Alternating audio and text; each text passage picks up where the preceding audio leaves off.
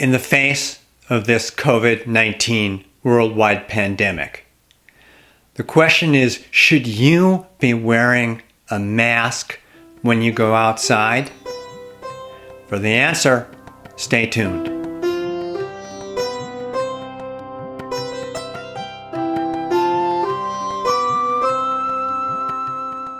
Hi everybody, it's Dr. Timothy. I'm just back from India, and it was very interesting. Flying home from India, practically every Indian on the flight was wearing a mask. I, one of the few Westerners on that flight, did not have a mask. I hadn't been able to get one. And I had read some information from the States that they really weren't that useful anyway. But I've really now come to question that. And I think that this was actually kind of spectacularly bad advice. And I'm going to tell you why I think that's the case. Now, first of all, we want to reserve the N95 masks, which are in great shortage in healthcare facilities, for healthcare workers, by and large. They're the people who really need the protection when they're working. And those masks also depend on being fitted well, and they know how to do that in healthcare settings, and most people at home are not going to probably be able to fit those masks ideally either. But the bigger thing is, should all of us be wearing even less effective, even homemade, do-it-yourself masks? Are they of any utility? Now, first of all, there's two questions. One is, are they going to prevent you from becoming infected? And the answer is, we don't really know fully. But one thing we do know is that all of the countries in the world who successfully stemmed the tide of coronavirus, particularly in the East, the Far East, they all embraced wearing masks universally.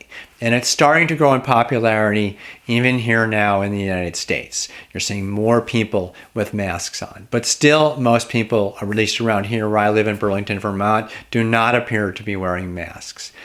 I now think everyone should be wearing a mask. And one of the reasons has to do not with not getting the virus. I mean, although I think it may boost your odds there too. I certainly am hoping that will be the case when I wear it. But the other thing is because a lot of people, particularly younger and healthier people who get COVID-19, have very little or no symptoms and may have no idea they're infected. And it's certainly true by preventing droplets when you talk, when you cough or sneeze, interfering with droplets being projected out toward other people in the environment can definitely lower the rate at which asymptomatic people, which could be any of us, passing it on to other people. Even if you're someone who's going to develop full-blown COVID-19, you may be infectious for a period of time before you develop symptoms. And if you wait for symptoms to start wearing the mask, that may be too late. And since we have, unfortunately not had testing that has allowed us to really isolate individuals, contact trace, quarantine, all those basic public health measures, which unfortunately have not been followed in this country, and still are only starting to get up to speed as tests become more available. They're still not fully available. So we've got a problem there, which means that social distancing, and I think also wearing masks, becomes even more important when people don't know whether they're infected, where if they don't have symptoms, they may not be even able to get a test. So I am making one out of an old wool scarf. I'm actually doubling it and just putting it around and tying it. That's what I'm doing. Not ideal. I've heard of people just making them out of 2 layers of a t-shirt that's folded and then tied on.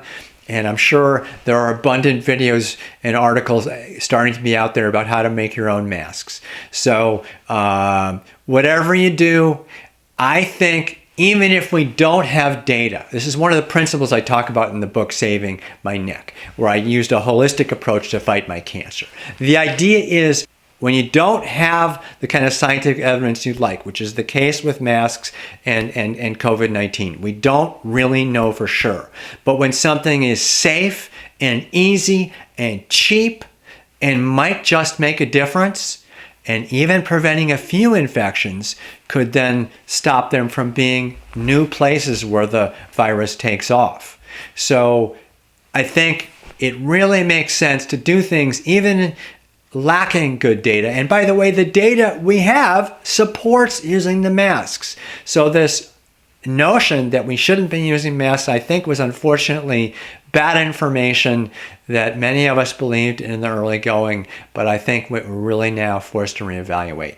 In any case, I hope this information is helpful to you, and I wish you so much luck, whatever you are. If you're stuck at home, if you're working in the line of fire and worrying about being infected or infected family members, if you have family members who are infected, we are praying for you all and hoping that we together can get through this too. Thanks so much. Namaste.